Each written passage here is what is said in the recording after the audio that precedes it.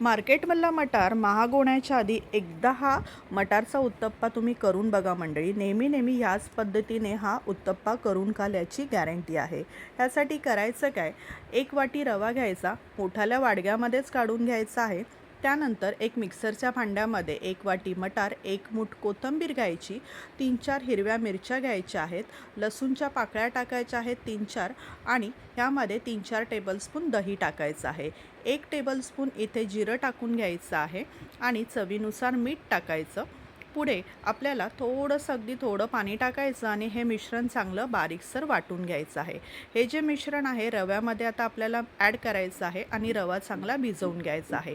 त्याच मिक्सरच्या भांड्यात अगदी थोडं पाणी टाकायचं आणि रव्यामध्ये चांगलं असं मिक्स करून घ्यायचं आहे.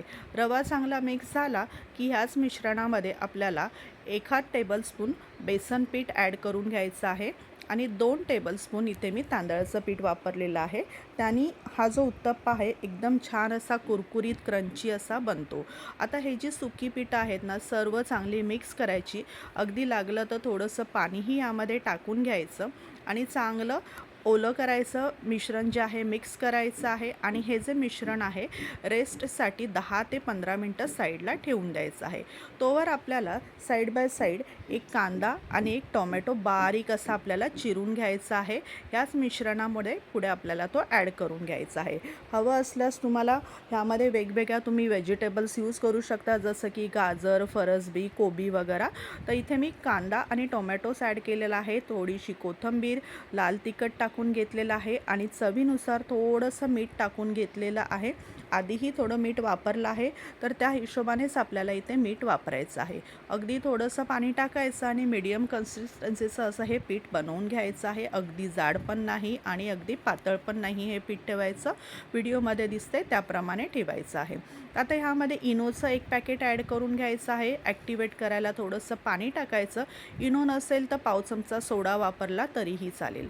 हे पीठ चांगलं मिक्स करायचं आणि एक पॅन गरम करायला ठेवून द्यायचा. त्यावरती अगदी थोडं तेल टाकायचं आणि हे जे मिश्रण आहे चांगलं पसरवून घ्यायचं आणि दोन्ही साईडनी छान असं क्रंची होईपर्यंत हे भाजून घ्यायचं आहे. तर बघा एका साईडने हे भाजत आलेलं आहे.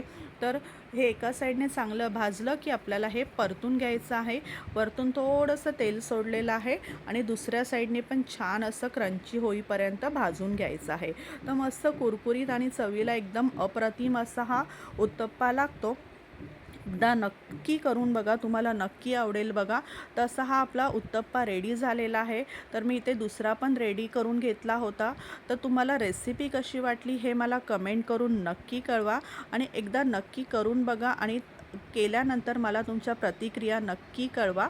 आता रेसिपी आवडली असेल तर जाता जाता मंडळी सबस्क्राईब करायला चॅनल विसरू नका. आपले व्हिडिओ जास्तीत जास्त लोकांपर्यंत शेअर करा, कमेंट करा आणि लाईक करा. आता तुम्ही हे ग्रीन चटणी, टोमॅटो सॉस कशाबरोबर पण हे उत्तप्पा खाऊ शकता. चवीला तर अप्रतिम लागतातच आणि चटणी नसेल तरी तुम्ही असेही नुसते खायला खूप छान असे चवीला हे उत्तप्पा लागतात. तर एकदा नक्की करून बघा आणि तुमच्या प्रतिक्रिया माझ्याशी नक्की शेअर करा.